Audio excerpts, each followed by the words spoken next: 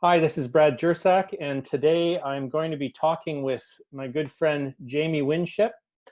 He and Donna lead Identity Exchange, and you can read more about them at identityexchange.com. And what I do know is that they're about helping people live without fear in their true identity. And it just brings really powerful transformation. And by way of a little background, uh, Jamie and Donna have come from decades of work in high conflict areas. So, for example, they were working among Muslim communities in Indonesia, Iraq, Jordan, Israel, Palestine. But before that, and this is why I've asked him on today, he actually was a very effective police officer in the metro Washington, D.C. area. And I've asked him on because in the wake of many incidents, but most recently, the death, or we may say murder, of George Floyd, I am overwhelmed by questions from others and myself around systemic racism. And now we've got these riots happening in Minneapolis. And I get stuck because, on the one hand, I feel presumptuous speaking, let's say, for those on the margins and using up their bandwidth, so to speak. And on the other hand, I'm told that my silence is complicity.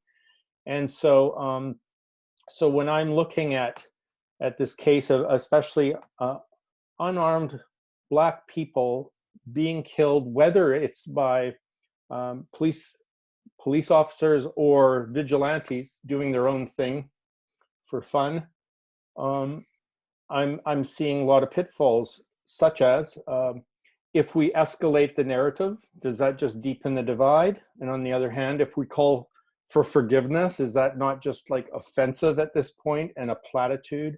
And so what rises up in me is the question, help.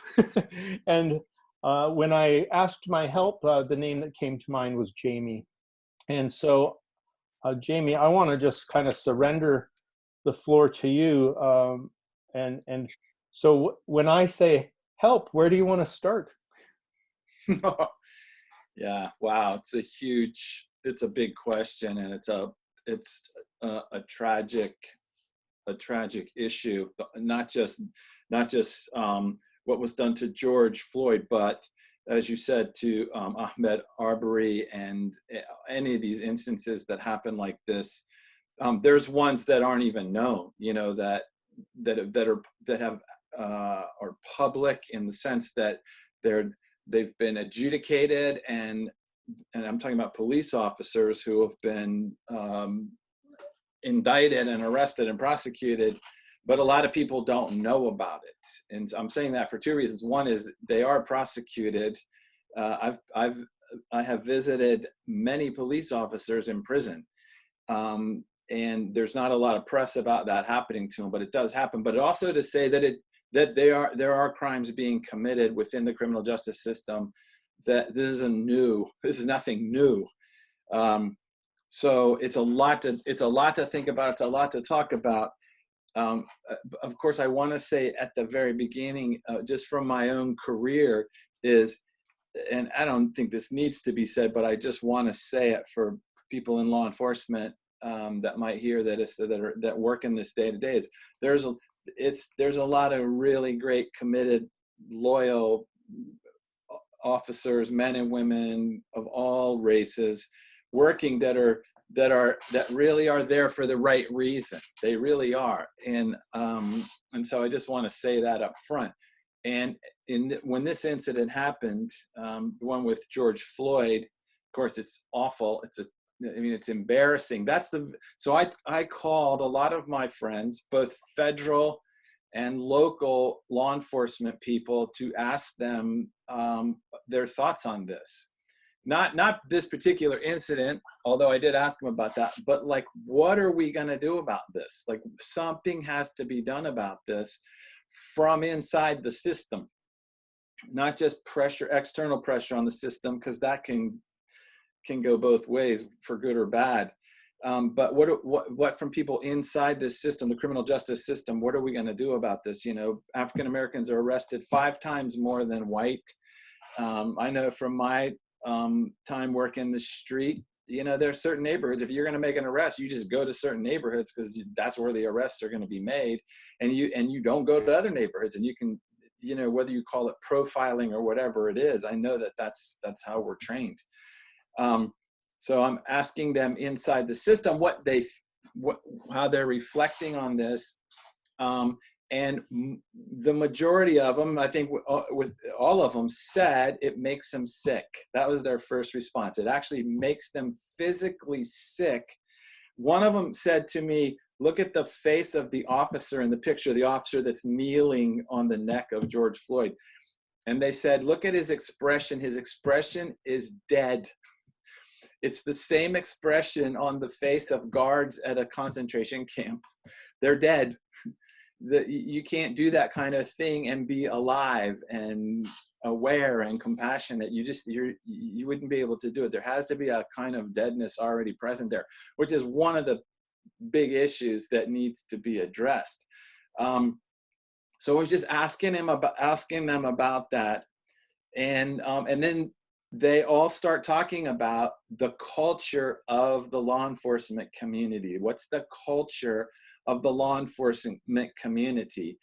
And this is why I think most people don't understand, or you know, you're not in the blue, as they say.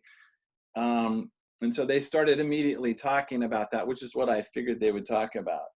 And I think if people want to understand this that are outside of law enforcement, and one of the federal agents mentioned this right away. There's a book called Of Sheep, Wolves, and Sheepdogs. And this book is like the text of sort of police mentality. And it's that, and the way it was said to me when I was a rookie is, you're standing on this sewer lid of society. That's your job, to keep a certain kind of person down in the sewer, out from the rest of the population. So you see yourselves as the defender of the sheep from the wolves. You are the sheepdog. And there's a lot of really interesting excerpts from this book, but that's the idea, is that most humans don't really know what's going on in the real world. They're just going through their lives. They're not paying attention to anything. They're just, you know, taking the kids to school and making money, and they're sheep. They're innocent, they're naive. And then there's wolves, and wolves come and take advantage of the innocent sheep. And so you have to have some person that will watch for wolves, that will do the dirty work of dealing with wolves, but not be damaged by it. Like, they can do the dirty work and then go home and sleep at night without thinking about what they had to do or what was done. They can deal with the messiness of life.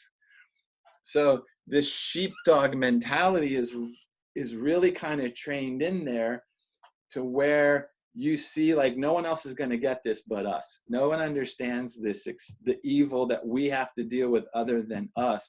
And so the mentality is that only the other sheepdogs get it. Even the sheep don't like the sheepdogs. They're a hassle. They have teeth. They look like wolves, but they're sheepdogs. And even the sheep don't like them. But the sheep love them when there's a wolf. And so we're going to have to pay the price of doing the dirty work, and people are going to criticize us and excoriate us. But we just have to be the kind of people that can handle that kind of dislike from both sides. And so you get this mentality built into you, and it becomes a pretty thick skin. It really does. An identity, right? I mean, it becomes. Yeah, that's right. Yeah, and that's what we have to come to, is it becomes an identity, right? It becomes an identity. So like when I was a police officer, and my wife can tell you, you didn't associate with really anybody else. You associated only with other sheepdogs, so to speak, because no one else understood the world like you did, which causes a kind of internal incestual relationship. It's like, we get each other, we understand each other, we're not going to tell on each other, but we're going to go out there and do the dirty work that needs to be done. It's kind of like special forces people. Like, once I go out there, there's no rules. We're beyond the rules because of the great risk we have to endure for the good of the sheep. So that's built, so that's kind of the mentality. Then when you go into the department or whatever agency you're in, the second thing you're hit with is the macho, masculine, tactical, badass ideas on top of sheepdog. So you do get really amazing men and women who do see themselves as actually battling evil. That's really what they're for, and they really do want to serve and protect the community. But they go inside of the sheepdog culture and they hit this tactical badass mentality. So it's like a double whammy. So you have officers who are sensitive, who want to talk to people. They don't want to arrest. That's not their mentality, but they're very quickly penalized for it. It's very quickly, how many arrests did you make this month? How many cases did you close this month by arrest, by incarceration? Not did you stop crime? That's not the measurement. The measurement is who did you arrest? And you have stat sheets, right, that you're measured by, and it just becomes production. Not did you talk a kid out of committing a crime, but did you arrest them after they did it? That gets you promoted. Not lack of arrests, the amount of arrests you make. And then inside that that macho, masculine, badass culture, your good people start to get pushed to the sides because they don't want to be on the SWAT team. They don't want to do all the macho door kicking in, all the stuff that Hollywood actually makes look really impressive. Hollywood does that. And so then good officers start to feel like something's wrong with them, like they're weak, like and you pay for it in roll call. When you're in a roll call, just think of like being in a fraternity where everyone's trying to prove how tough they are and hardcore they are and how much they can fight and how many weapons they have and all that kind of thing. So when you get into that every day with your squad, it's difficult. I mean, I can give you all kinds of specific examples of this, but I'm just trying to tell you the mentality. So you go sheepdog, it's only us. We're the small minority that got to protect the world from the evil wolves, and the sheep just complain. That's all they do. Sheep just complain. Unless they have a burglar in their house, then suddenly they love you. So that's already the way the world is going to be. Then you get inside that, in your own world of that, and then you just get hammered with the tactical SWAT team mentality, badass. And then inside of that, you start to believe that the way to influence people is through coercive power. Like that's it. That's all you have is coercive power. That's it. And whereas the whole reason I came into the police department was because I saw the movie Serpico, and Frank Serpico was one guy that stood up against corruption in New York City. He was ostracized. They set him up. He was shot by his squad wouldn't even help him when he got shot because he wouldn't take payments on the street. That's the power of the fraternity that you're in.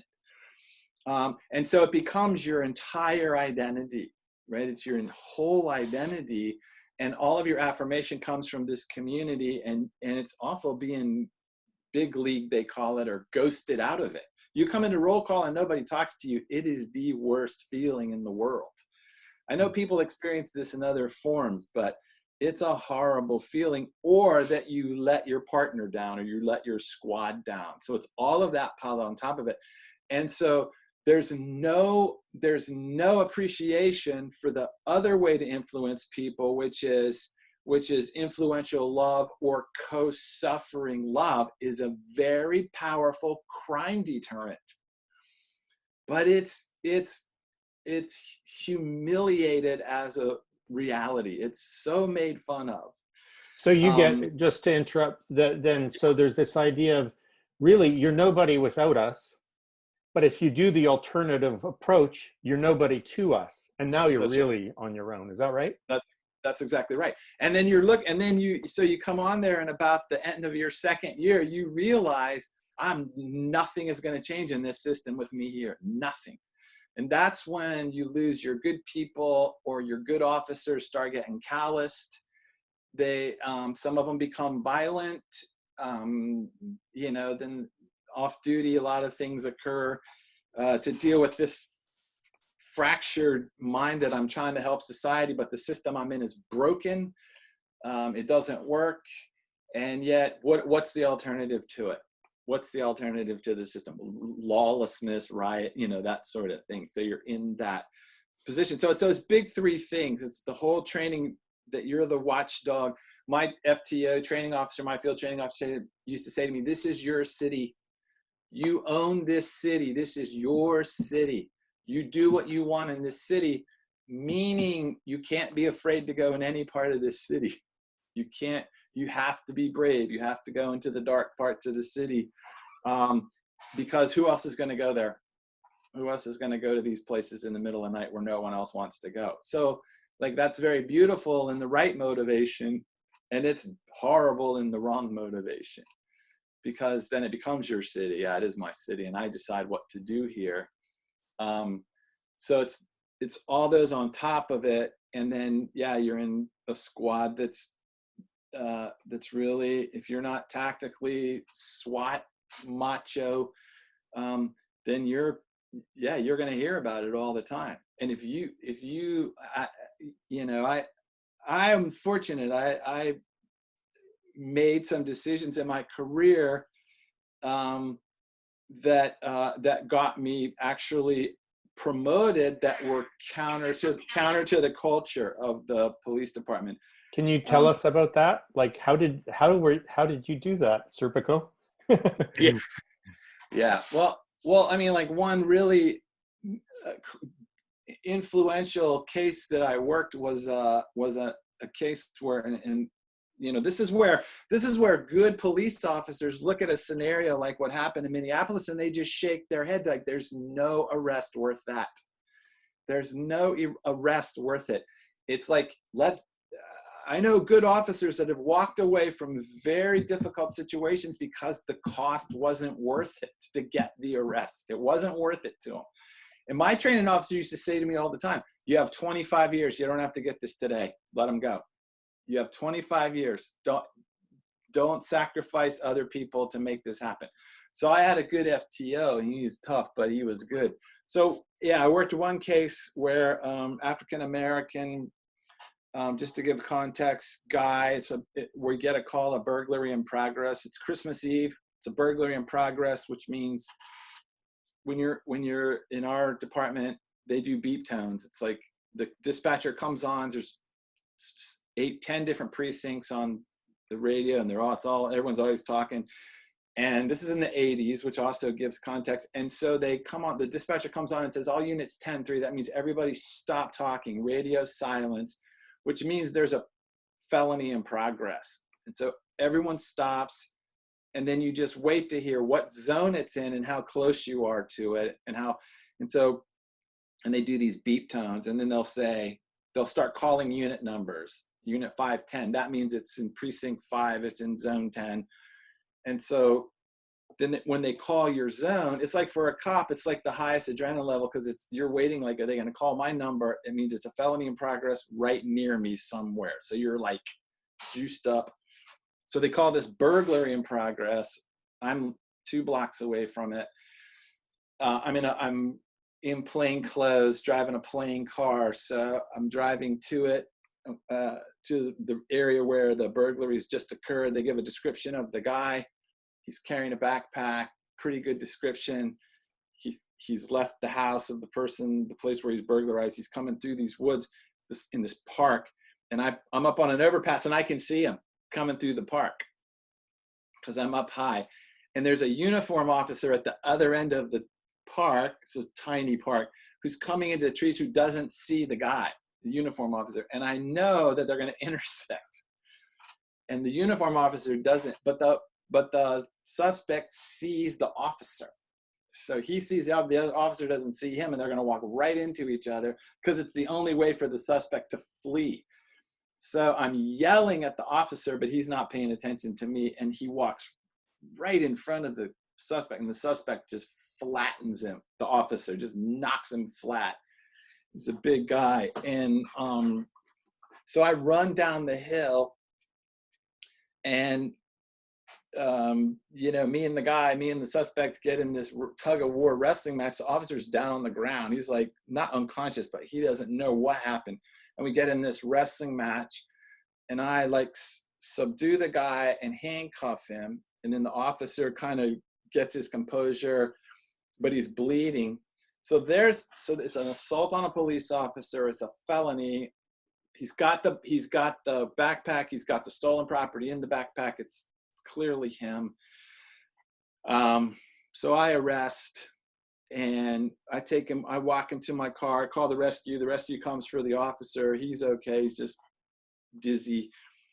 But the rule, kind of the street rule, is because that officer was assaulted, that you would take the suspect to the precinct, to the squad of the assaulted officer. This is kind of like the street rules. The guy that I arrested knows those are the rules. That's the rule. Like, you don't do that. If you're gonna, you know, strike a police officer like that, you're gonna go to that guy's squad. That's where you get dropped off, at that precinct. But I'm from a different squad, and so, but I'm only in my second year, and so I'm driving him, and the guy knows that's what I'm gonna do. He knows it. He's talking about it, and I'm like, if I don't take this guy to that squad, that captain I will be fired. If I don't follow the protocol on this, because we have an assaulted police officer, you know that. So I'm driving that way, and the guy in the back, the suspect, he says to me, I've never committed a crime. My wife's in law school. I would never have done something like this, but we're broke trying to pay for her law school. And I was walking through this complex. I saw this door open. He went in there. He stole a bunch of property to pawn, to buy her a present. This is his story. And I'm like, yeah, right. Yeah, sure. I'm sure your wife's in law school, because where he was from was one of the worst neighborhoods in the area where I work. Not many law school students coming out of that neighborhood, especially African-American women. And so he's telling me this story, and I'm like, oh, brother, like, that's a great story. I've heard it all before. I hadn't, but. And so I'm driving him towards that precinct, and this is what makes the difference between an officer that gets their identity from their job and an officer that gets their identity from God, is I have this really strong feeling that I need to de-arrest him, which I can do it, but it is not the right decision in this scenario. And so, but it's really strong in me, and it's so strong, I pull over and I get out of the car, and I just stand outside my car, and I say out loud, it's daytime, to God, are you, like, why am I thinking about cutting this guy loose right now? This is insane, but it's too strong in me. And so I open up the back door, and I tell him to get out, and he doesn't want to get out. He doesn't know what I'm doing. He's really worried about what's going to happen. I pull him out, and I take the handcuffs on him. I go, walk away. He thinks I'm going to shoot him. He thinks I'm going to say he broke free. And he goes, I'm not leaving. I'm not walking away from you. You'll shoot me. And I said, no, I'm not. I'm going to let you go. I'm letting you go. I'm de-arresting you. You can go. And he said, why would you do that? And I said, you're not going to understand why I think God wants me to let you go. And he was funny. He said, I even think that's a bad idea. Like, I don't even agree with that idea. But I just get in my car and I drive away and I leave him. So then I have to go. And I mean, in 30 minutes, I get a call. And boy, this captain, he calls me in and he's like, where's your guy? And I said, I de-arrested him. And he's super upset. And the thing about him is, the captain he knew how I worked. He had seen me do, not this drastic, but things like this before, and it worked. And so he goes, is this gonna, is this going to result in the good of this police department that you de-arrested him? And I said, yes. And he said, it better. He said, I'm going to cover for you. I'm going to stand for you in this, but it better come back, because we will come back to this if it doesn't. So that guy that I let go, it turns out his wife's in law school. She was in Howard Law School, you know, famous African-American university at the time. At law school, she was in her 3rd year. They were broke, exactly like he said. He found an open door walking through some apartment complex, went in, took some property. He did hit the officer, but he was panicking and all that. So anyway, he called me one night, the guy that I let go, and he said, hey, listen, I hadn't talked to him that was Christmas, probably in January. He calls me in the night, and he goes, hey, and I recognize his voice immediately. He goes, there's a black Porsche coming through the intersection tonight. He tells me the intersection around 3 a.m. Stop it and get them to open their trunk. And then he hangs up. And so I go to this intersection, sure enough, and it's these South American guys loaded with drugs, transporting drugs, loaded with them. 10 times the arrest of him going to jail for a burglary and assault. And far more damage kept out of our city because of that one. I make that arrest, and I tell my captain, I want you to know who this arrest came from. And the captain's like, okay. But for the next 12 months, me and this guy worked together. And wow. we made serious, violent crime. We stopped it from Boston to Miami. Me and him working together. The guy that you had let go. Yes, we became great friends, and we worked together. And one time, and we did all this work together. And one time we went to this place, and he said, see that car up there? I said, yeah. He goes, watch when they get out. And they get out, and it's a man and a woman. And when she gets out, the woman swings around, and she has a long coat on, and under her arm is an Uzi. Wow. And he goes, those are the main dealers in this whole region.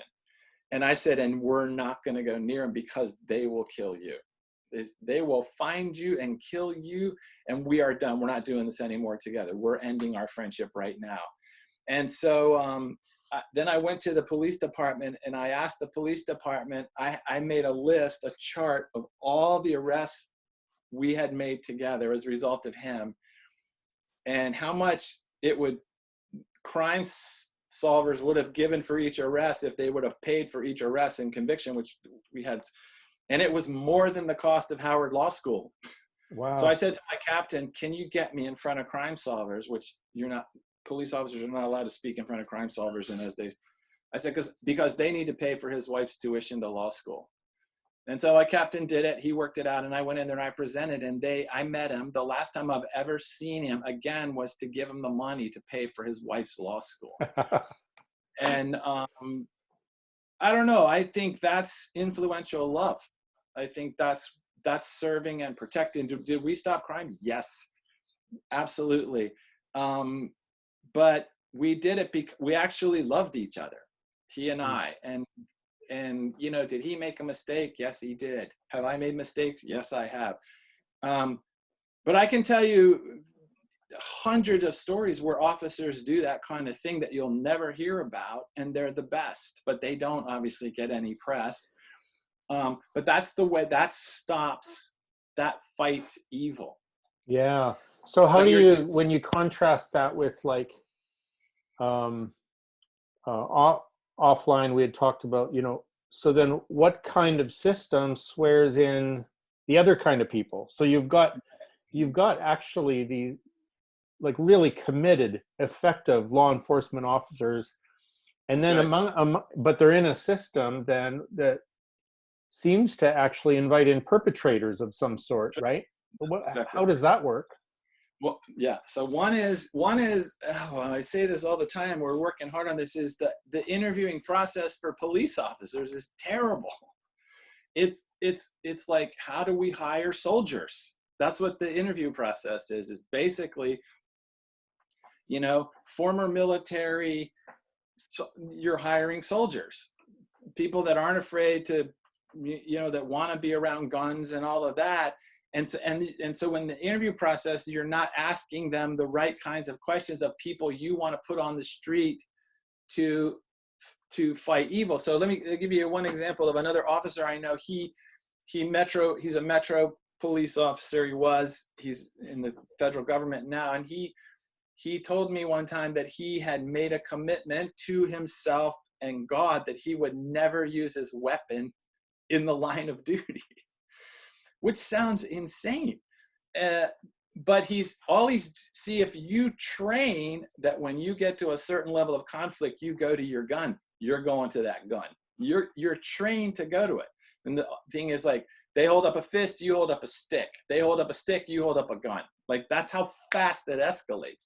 But if you trained to de-escalate and you train not to go to the gun, you don't have to go to the gun. You don't have to put your knee in their neck. You don't have to do all that stuff because you've been trained otherwise. You've been trained in other ways to de-escalate. And it's not built on the macho culture. So when you're interviewing, and I can tell you right now, I will ask this to any police officer. The reason they get so violent in those situations is because of their own fear. The police officer. A police officer in fear is either not going to go anywhere difficult, or they're going to try and prove all the time how brave they are. Both are dangerous. Bravado, yeah, wow. So when you got a guy loitering on the street and you say, get in my car, and he doesn't want, and you get in a car, they just escalate the violence. Now it's about my identity. Now you've insulted my identity. Honestly, it doesn't matter whether the person is African American or white or whatever. It doesn't matter. Once that starts and it comes up to, okay, if I let you go, I hate myself. It makes me feel inferior. It makes me feel weak. Then I can't let it go. Shame. I gotta wow. Which is the whole Ferguson case. Was that officer should have never been a police officer, because everything he did was based in wrong and based in fear. And once he it's like, once you show your teeth in a fight, you have to bite. And that's how you're trained to do that. Like, so, I think hiring is one of the biggest issues, is how they hire, how they train. I just talked to a former police chief about this, and he said, he just wrote he told me a 47-page brief for a civil case where he's the expert witness on how bad the leadership is in police departments. Because you put a fearful, I get my identity from being macho person in charge, that's what you're going to get in the rank and file. And so that all then comes down to, as you said, your identity is not police officer. That is not an identity. Your identity is human being. And just because you're mad at your wife doesn't mean you can beat up marginalized people on the street. And that's what happens. Take out your fear and anger on people on the street, and this is what happens.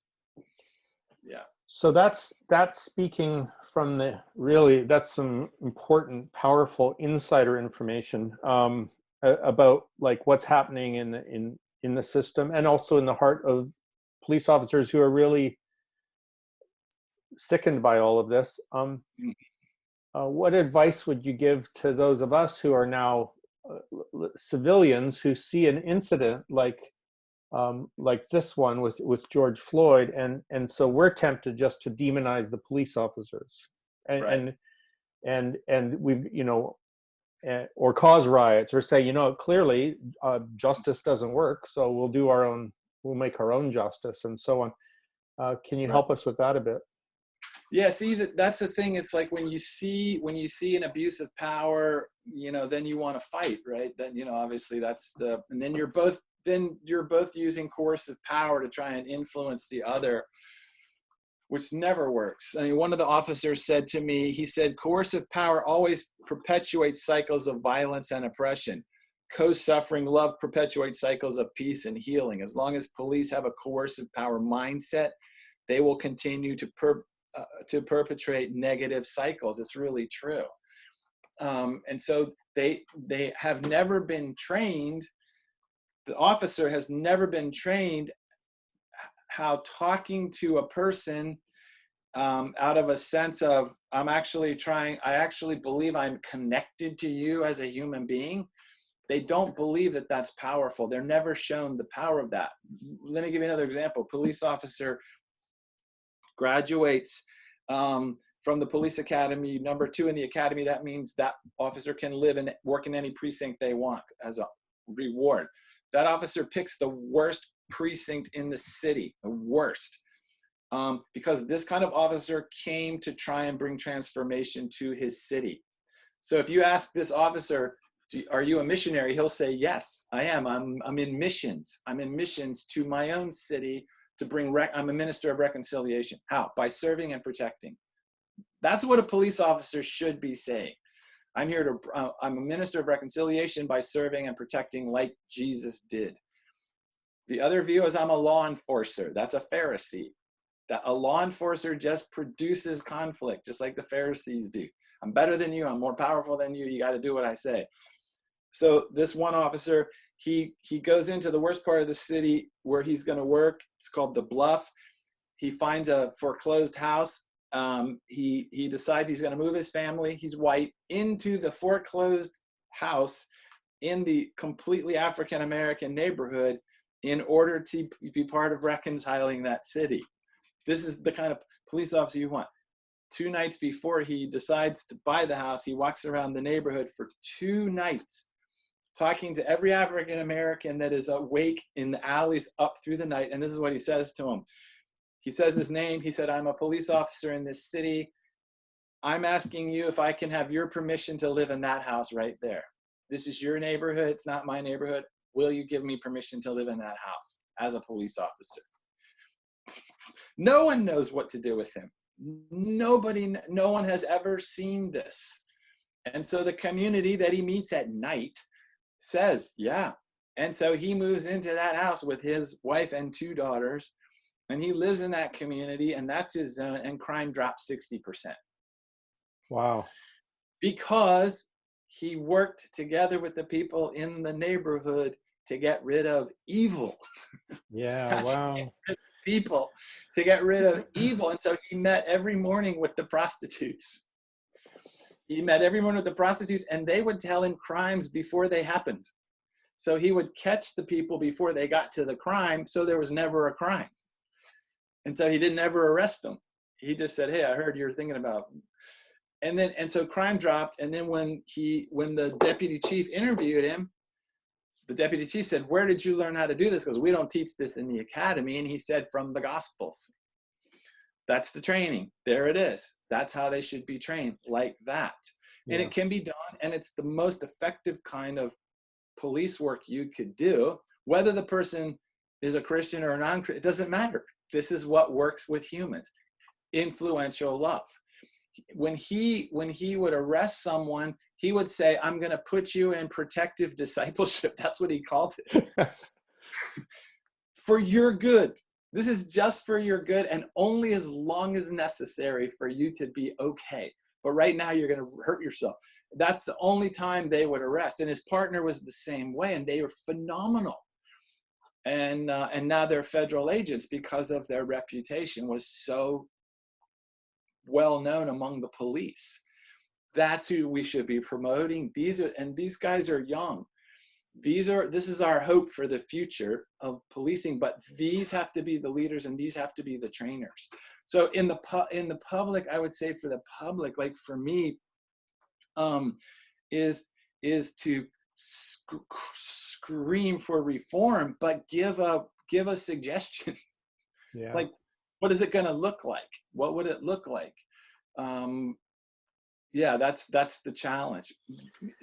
If my only alternative is like my use of power, that's not an alternative. But what does it look like to demand that police departments serve and protect? Well, then that means you have to know what serving and protecting is yourself. Like, what is that? How do you serve and protect? What are you doing to serve and protect? And as a white person, what am I doing? What am I doing that would make police unnecessary? We could make police unnecessary, but we're not. That's the problem. We're not going to do it. Yeah.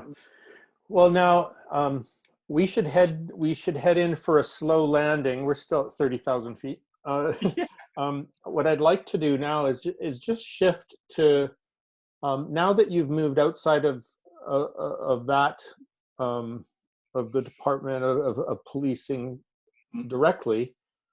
It seems to me you still have a major work with identity exchange and so on, where you've been able to see reconciliation even between people in the Black community and like white supremacists. So how does that work? And could you just share a story about that, maybe? Yeah. So this is really, this is kind of on us as kingdom people, as people of peace, is in what way and I and my identity going to attack evil? How am I doing it? And so for me, I just look at a city and say, okay, where's the greatest level of conflict in my city? So, and what groups are involved in the conflict?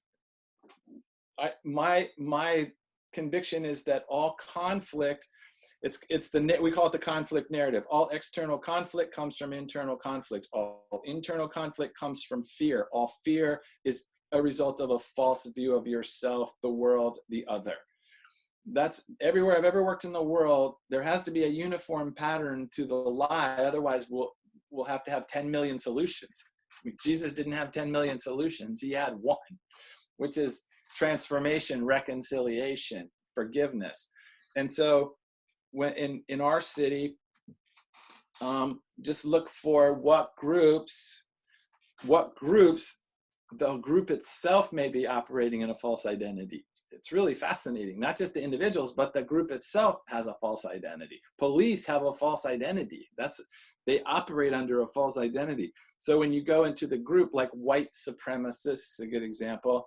So this is how I do it in any group that I'm in. So I'm come into contact with a white supremacist. You have to do it. You got to go meet them. You have to go build. You got to go. So I make contact with a lead person in that community. When I met with them the first time, I didn't want to meet with them, but I did. And one of the first things I said to him is, I want you to know before you start talking that my wife is Jewish. And I'm not going to sit here and listen to anything being said about Jewish people or any other group. If you can have a conversation with me without denigrating somebody, then I'm going to assume you have the potential of being a person of peace, which is what Jesus said to look for. He didn't say look for anyone that agrees with you. He said find the people of peace. That means inside the white supremacist group, there are people of peace. We don't believe that, but there are. And so the way we determine that, because my whole career has been going into these sorts of groups, is a person that will tell the truth is a person of peace. A person that will tell the truth. So this guy agrees, we meet with him, and I just said to the Lord, the minute I find out that this person is not a person of peace, which means he's not going to deal in truth, I'm leaving. I'm going to wipe the dust off, because I didn't want to like him, honestly. And so we had a conversation. The thing I found out was I actually started to have compassion on him, unfortunately. And I kept saying to him, I need you to, this is what I say to every leader of any, it doesn't matter what group. I need you to tell me what you're most afraid of. What are you afraid of? Because fear is driving you to make the decisions of death. That's what fear does. What are you afraid of? And he actually started to cry. And he said, I'm afraid that I am powerless. Like, there it is. There it is. You know how I mean? That's every group. That's all of them. What are the police trying to do? They're trying to prove they're powerful and they're in control. And so he said, I feel like I'm powerless. Okay, so what are you doing to gain power? We're arming ourselves. We're figuring out who the enemy is. We're establishing our dominance over the enemy. And I said, and do you feel more powerful? And he said, no, I feel more hated. he goes, I can't even sleep at night. And I said, so there's no hope in this strategy, is there? And he said, no. And I said, can I show you a way to understand peace, to understand that you're empowered? Can I show you how to do that? And he said, yeah. And so we started working together on, it's interesting because he actually much later, a year later, he went into the prison with the African-American guy that started the most violent gang in the city. Those two guys both came to faith in Jesus. They became good friends, and the African-American guy wanted to take the white guy into the prison with him, and the warden said no. He said, that guy's a well-known white supremacist. And the African-American guy said, he used to be. He's not anymore. This is the real him. Those two going into the prison says more to the inmates than any church guy that could ever go in there. Because what they're saying is, this is real. We don't have to live like this any longer. This is real. So then the white supremacist guy, you hate to call him that, but he turns around to his own group. We call them insiders. He turns to his own community of that group, and he asked me if I will come to their leadership meeting, which I don't want to do. But I go with him. I'm telling you, it made me sick to my stomach waiting, listening to him talk before we actually started the thing. The fear in them, the hatred in them, but it's all because they're afraid. It's what it is. They're terrified of the world and anything different than themselves. And so we sat in a circle, and they had this one huge guy that was their big enforcer. He's been in the news. And so I'm sitting there and I'm asking God, okay, who in this group, who do you want to use in this group to transform this whole group besides the leader? The leader introduces me. The group is already mad at the leader because they know he's changed. They know he's changed. They already want to kick him out, but he's their leader. And he said, this is Jamie. He and I are best friends. He's the one that introduced me to Jesus. That's why he's here. I've asked him to come here and speak. It's really. And so I just looked at the biggest guy in the room, and I said to him, you're the enforcer here, aren't you? You're the fighter, right? Yeah, he's quite proud of it. Yeah, I'm the fighter. And tell me why you fight. Why do you fight with everyone? What's your motivation? And he goes, well, we got to stand up, to whoever the enemy is. And I said, yeah, but I know, but I can do that without fighting. Why do you fight them? Why do you fight them? Why don't you just, engage them intellectually or something? Why do you fight them? Why do you have to go out and punch them? He goes, well, and I just keep asking him over and over again. And he goes, well, I guess I'm just mad. Well, what are you mad about? Well, I'm mad that you don't know them. How are you mad at them? You don't know them. What are you mad about? What makes you angry? Then I just kept drilling down into him. And he goes, well, I guess I'm mad at myself. Right. Yeah. What are you mad at yourself about? Why? He goes, well, and the group is horrified that he's even doing this with me. He's their big, hard guy.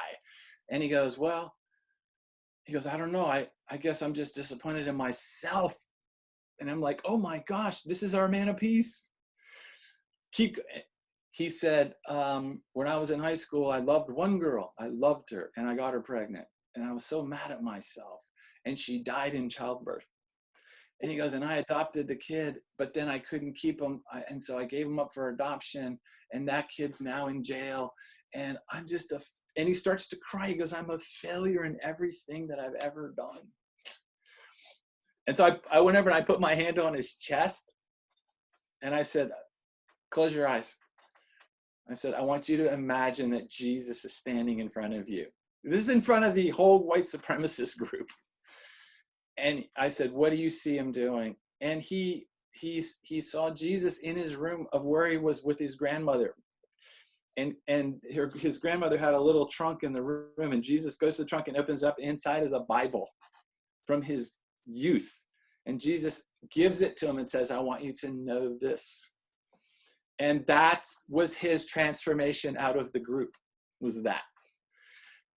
So what the answer to these things is, we need to be the insiders in all of these places, the believers, bringing reconciliation, because a person who feels unprotected, unwanted, powerless will fight, or they'll kill themselves. They'll do one of the two. And so we have the words of life. We have it. And so in the police departments, in the whatever groups, that's what the only thing I know that brings transformation is Jesus himself. And that's the answer to. It's not a simple answer. It's a difficult answer, because it means we have got to stop talking about this stuff and get out and do it and be Christ in these places. But if we're afraid to go there, if we're powerless, what are we going to do to bring, how are we going to bring transformation? But I love it because it can be done. It's not that complicated. It's really not that complicated. It was in a prison in Texas with the head of the Black Muslim group in the prison, same thing, is the same scenario. This guy's in solitary confinement, chained up. They bring him into the room, and I get to meet with him, and he's a Special Forces U.S. soldier. Tremendous human being. I mean, like physically raised in military school. He's an Arab American. His dad was a Marine Corps officer. He's a trained soldier his whole life. Gets sent to Afghanistan because he can speak Arabic, and into the Middle East. And he gets hooked on opium because he's a Special Forces lone operator. He's unbelievably good at it. Nobody can fight him, but he's afraid. And that's how he deals with it. Anyway, he ends up in prison for robbery, bank robbery, dishonorable discharge. I'm sitting there with him, and I said, with the other Muslims in the prison, and I said, I want you to look at the guys in this group and tell them what you're most afraid of. Tell the truth. If you're their leader, tell them what you're afraid of. And he really got mad at me. I'm not afraid of anything. I'm not. And I just kept pressing him. I said, then why are you in here? You're in a cell. What are you afraid of? Say to them what you're afraid of. And I just kept pushing him. And finally he said, okay, I'm afraid of drugs. He goes, I can't beat them. I don't know how to win. I can't win. I've been in here 10 years. If they let me out tomorrow, I'll go straight down and buy the drugs, and I'll be back in here, and I can't win. And I said, I can show you how to win right now. Do you want to know how to win? And he said, and Jesus, right now, experiential encounter with Jesus, the living one, who he's stronger than opium. He's stronger than all of your hostility. That guy was so transformed by that he requested a transfer to other prisons to be with other Muslim inmates so he could tell them that story. Wow. So that's our hope. It's an amazing hope. And these kinds of situations where we see what people do when they're afraid of each other and trying to exert power over one another, this is what we'll do. We'll kill each other. Well, let me ask you one last question for today. We should do a follow-up sometime on whatever you want to talk about. But like, these are like superhero stories to me. And it's just like so amazing and dramatic and powerful. What would be the baby step I could take today, or people who are listening are like, okay, probably I'm not going to end up speaking with the Taliban or the local white supremacists, but like, I want to start somewhere. Yeah. I mean, I think start in the mirror, right? Start in the mirror. We don't do this with ourselves. So what am I afraid of? What am I afraid of? I think that's like the question I start with every day. Honestly, that's one of my exercises every day, is like, Lord, what am I afraid of today that's going to prevent me from receiving all that you have for me, that I'm going to self-protect and self-promote? What is my own deepest fear? And just because perfect love is what takes away that fear. If I am fearful with God, it means I feel unprotected by him.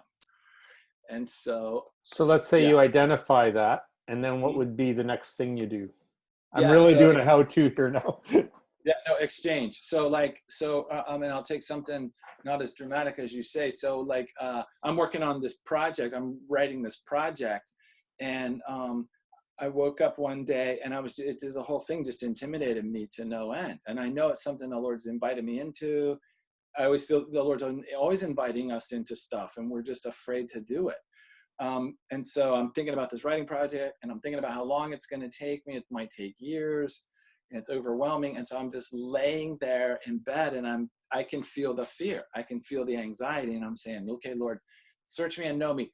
Help me to say out loud what it is I'm actually afraid of, because I don't know. Help me to say it in truth to you, because truth brings freedom. And I say, okay, I'm afraid that I'm not going to be able to finish this project. Okay, what does that mean? Make an identity statement. I am a person who starts things that doesn't finish them. Like, it almost made me throw up, that statement. Like, it's such a failure. And then I felt like the Lord was saying to me, okay, say every project in your life that you've started and haven't finished, say them. And I didn't want to. Like, I don't want to go that deep. I don't want to be that deep with Jesus. I want to be superficial with him and safe. And so I'm like, okay, all right. And I just start remembering back as far as I can, coming forward. Yeah, I started that, I didn't finish it. I started that, I didn't finish it. And then I just run out of things. And I'm like, I think that's everything. That's confession, truth telling. At the deepest level that you can tell. I always tell couples getting ready to get married. Here's my marital advice. Tell each other your deepest fears all the time. Tell yourself your deepest fears all the time, because that's where the Lord is working and the enemy's working, is in that place. And so, so confession, truth telling, and then once it's kind of out there to Jesus, then I say to Jesus, okay, here it is. Here's my identity. I am a person who doesn't finish things. I start and don't finish. I'm a non-finisher. I'm a failure. There it is. And I give it to Jesus, and he takes it and he throws it away. And then I ask him, repentance, what do you say? And he says to me, and I have it written right here, on this little post-it note that I look at every day. He says back to me, nothing is ever finished. That's what he said. That's what he said. And it was like, oh, he goes, are you ever finished being a parent? Nope. Are you ever finished being a husband? Nope. Are you ever finished being a father? Nope, nope, nope. Is a book ever finished? Not really. Not really. There's lots to say. You'll never finish saying it. He goes, then he says, there's only one thing that was finished, and I did it.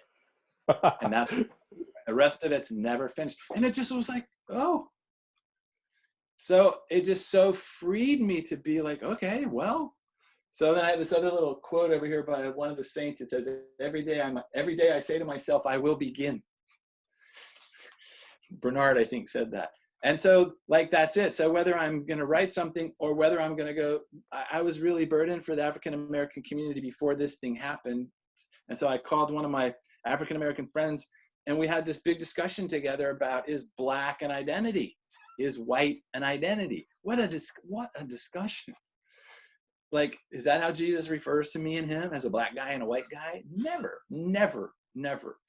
So why is that our distinction between it? That's that's one thing that hurts us, is those kinds of names. But yeah, that's it. Like, why would I be afraid to go sit with him? Why would I be uncomfortable? Why am I afraid to go sit with a homeless person? I want to know the fear before and I don't think people want to ask those questions. So that's what I mean. Start in yourself, and you'll realize, wow, once I understand who I am in the kingdom, it kind of gives me direction, because being informs doing. It's like, wow, if God calls me this, then that means I should probably be over here being that, like, not just but over there with these folks. And then if each of us would do that, it spreads out. And then talking to, I know so many good stories from my own career and from other current police officers, where they've done the most redemptive, beautiful acts that no one will ever know about, but that's why they're beautiful, right? Because they're done in the closet, so to speak. And those are the most powerful acts that they can do. So like, when I was an officer, I used to bring people home with me, and Donna would fix them dinner. I would just pick them up my cruiser and drive them to our house. And that's what a police officer has the capacity to do, but they'll never do it if they're afraid. Well, and all of us have the capacity to open our tables, or at least our deck with social distancing. That's right.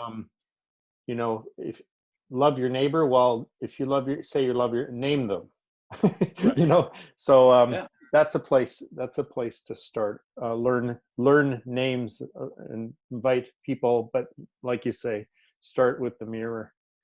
Yeah, the beautiful Isaiah, look up at God, then look in at yourself, say the truth about yourself. I'm a man of unclean lips. Let God deal with that once and for all. Never say it again, and now you can see other people. Wow. Like, I think that's the process, right? Up in, out, up in, out. That's always the way it is. Love God, love your neighbor in the way that you love yourself. And Isaiah is saying the thing that he's most appalled about in himself is his greatest strength, his mouth. Yep. And that's where the enemy has beaten him, right in the greatest part of who he is. That's where the enemy works. And we don't even know, because we're never asking the Lord about, we're always looking at like that officer, that criminal, that. Yeah.